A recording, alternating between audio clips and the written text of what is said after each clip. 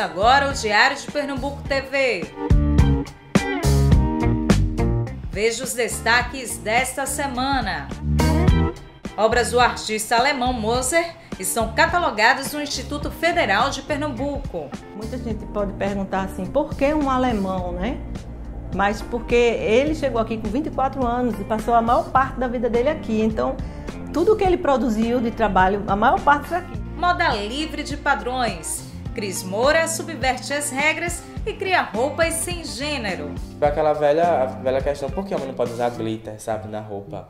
Tipo, por quê? Quem disse isso? Que aquilo é feminino? Quem disse que o rosa é feminino e o azul é masculino e vice-versa? Quando a população se torna refém do sistema que deveria protegê-la.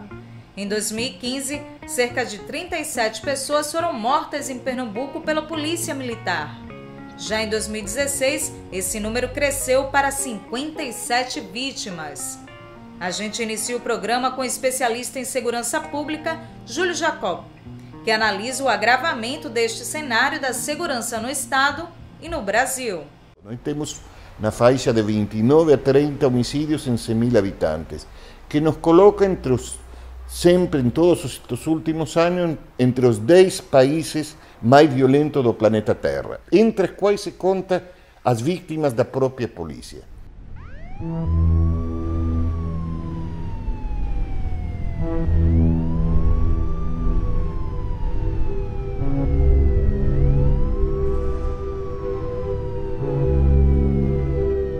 Se considera que o nível civilizado de violência está até 4 ou 5 homicídios em 100.000 habitantes. 4 ou 5.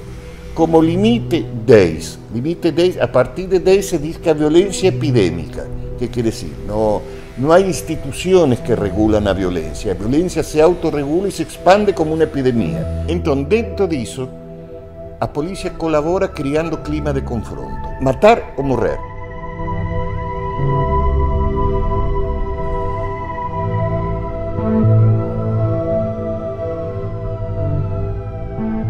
A gente denuncia as sistemáticas práticas de violência praticada pelo Estado contra a população.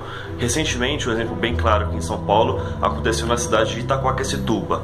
O Fabiano, que era um desempregado que atuava ilegalmente no transporte de pessoas, que era o único trabalho que ele conseguiu encontrar para sustentar a sua família, ele acabou sendo morto por um perito quando tentou fugir de uma abordagem. Ele já havia sido abordado outras 2 vezes, pagado multa e estava com dificuldade para sustentar a família. Existem outros vários exemplos, como recentemente, no ano passado, uma Câmara decidiu anular os julgamentos dos policiais envolvidos no massacre do Carandiru, que vitimou 111 pessoas. Nessa semana passada, outra decisão apontou para um novo julgamento para esses policiais, né? Nosso sistema de segurança é um sistema de segurança de confronto. Não protege a cidadania, muito antes pelo contrário. Muita gente, como este menino agora, morre em mãos da polícia por bala perdida, por bala não perdida.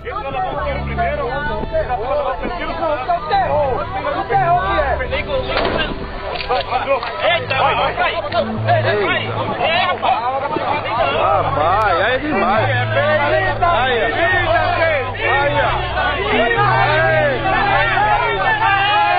Aqui a polícia militar fez, tá mandando.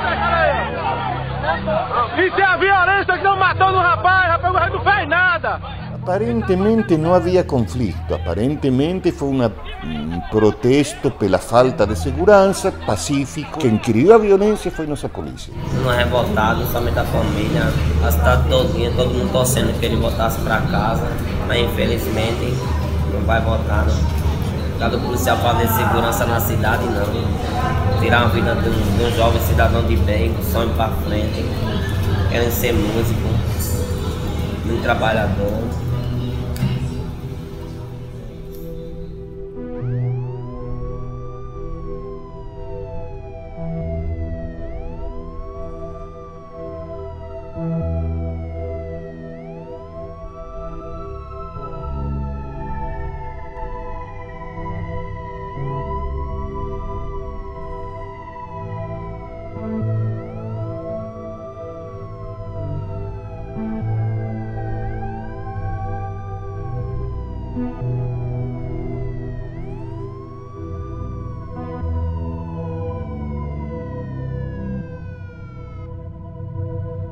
constantemente, todos os dias, lemos uma bala perdida matou uma menina na escola, uma bala perdida matou um menino que estava em um carro.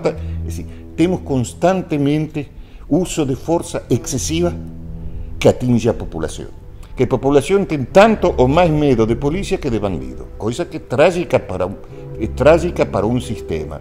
Não acredito que vá muito mais longe que um pedido e uma espécie de mise en scène, uma posta em cena de um processo que não existe, porque as últimas experiências mostram que, em geral, polícia julga polícia e julga de determinada forma muito magnânima com as próprias polícias. Isto não é um problema de um policial, de dois policiais, que são mais violentos que os outros, porque geralmente a tendência é botar a culpa em um policial que não, é um problema de constituição e da própria estrutura do sistema de segurança que não está encaminhado, não está cumprindo seu dever constitucional de proteger a cidadania.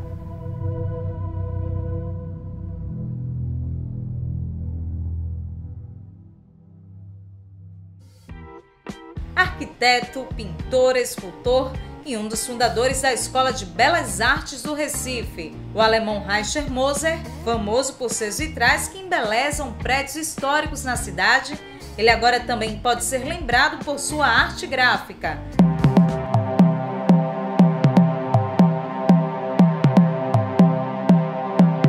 O projeto que nós desenvolvemos foi um catálogo digital das obras gráficas de um artista alemão radicado em Pernambuco no início do século XX, chamado Heinrich Moser.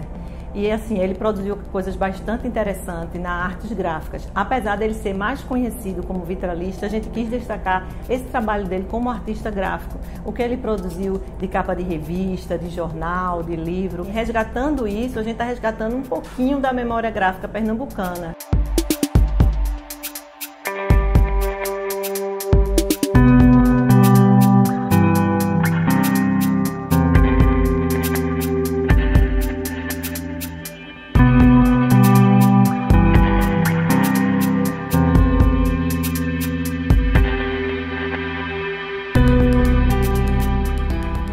Pode perguntar assim, por que um alemão, né? Mas porque ele chegou aqui com 24 anos e passou a maior parte da vida dele aqui. Então, tudo que ele produziu de trabalho, a maior parte foi aqui. Na Alemanha foi pouca coisa. Ele também era arquiteto. Tanto que ele chegou aqui a convite da tia dele para fazer uma reforma de um comércio, que era bastante elegante, que tinha na Rua Nova, na época. Rua Nova que não tinha esse nome, Rua Nova era outro nome. E ele fez a reforma dessa loja, porém foi quando estourou a guerra, né? E alguns revoltados resolveu tocar fogo, fazer um incêndio na loja. Então a loja acabou totalmente e ele resolveu viver então só da arte, que era realmente aquilo que ele gostava. Ele não gostava de ser comerciante. Fizemos diversas visitas em bibliotecas públicas, diversas, uma só não dava. Depois daí a gente foi para a visita a arquivos privados, os familiares dele, que nos receberam muito bem, com muito carinho. E então a gente também conseguiu resgatar algumas imagens que não existiam em acervos públicos. Um acervo mais significativo que a gente encontrou foi a Revista de Pernambuco, que circulou entre 1924 e 26, no governo de Sérgio Loreto.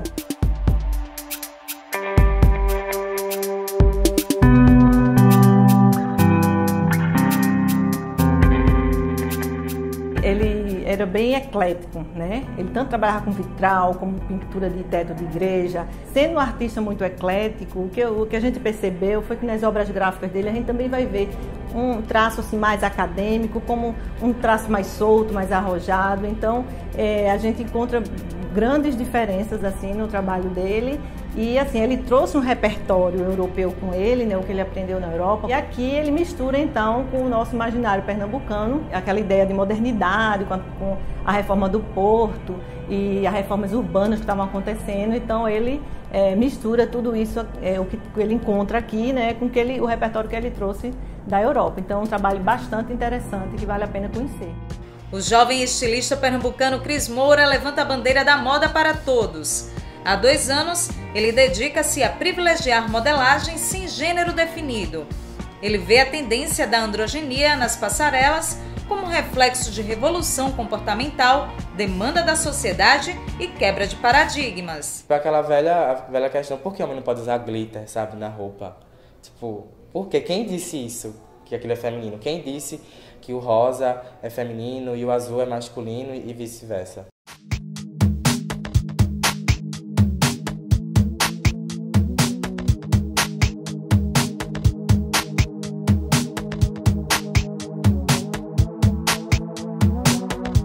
Desde o começo eu sempre gostei muito da ideia do ambiente urbano, tipo a cidade, correria, vida na metrópole mesmo. Isso do sem gênero foi uma coisa meio inconsciente, que eu fui construindo de acordo com as coleções, de acordo com a aceitação do público que eu venho trabalhando e que eu venho atingindo. Daí foi uma coisa que deu certo, no caso foi somado com todo esse boom, né? Que aconteceu nas grandes marcas, lojas de departamento e etc. Eu vejo a moda hoje em dia como uma forma de expressão. E essas questões do gênero, eu acredito que é uma coisa imposta pela sociedade tradicional que foi sendo construída. É um pouco de machismo, a gente pode falar assim, né? Porque se a gente for avaliar a moda masculina séculos passados, era bem mais enfeitada do que a moda feminina. E com o passar do tempo, a moda masculina principalmente foi perdendo essa liberdade de usar o que quer, de usar cores e modelagem diferente.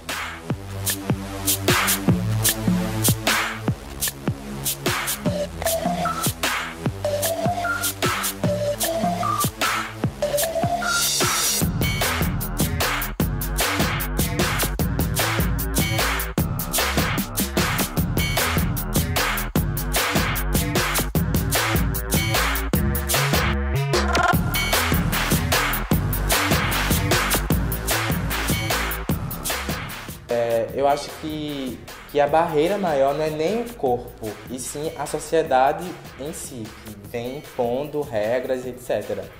Então, como eu vejo a moda como forma de expressão, a roupa é só uma ferramenta. Então, eu acho que a moda sem gênero é justamente isso, não se prender a questões de corpo, ou de idade, ou de questão social, e principalmente questão de gênero, né?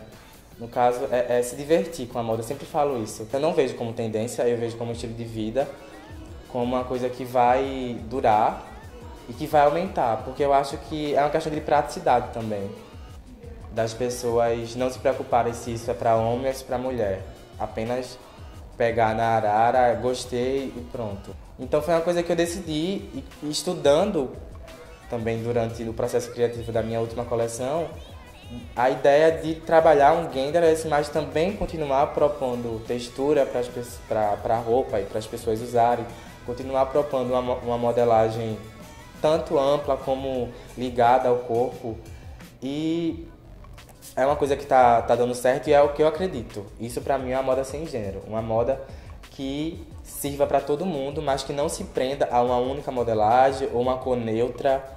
Pra mim o rosa é neutro, sabe? Serve para homem e para mulher, como o azul também.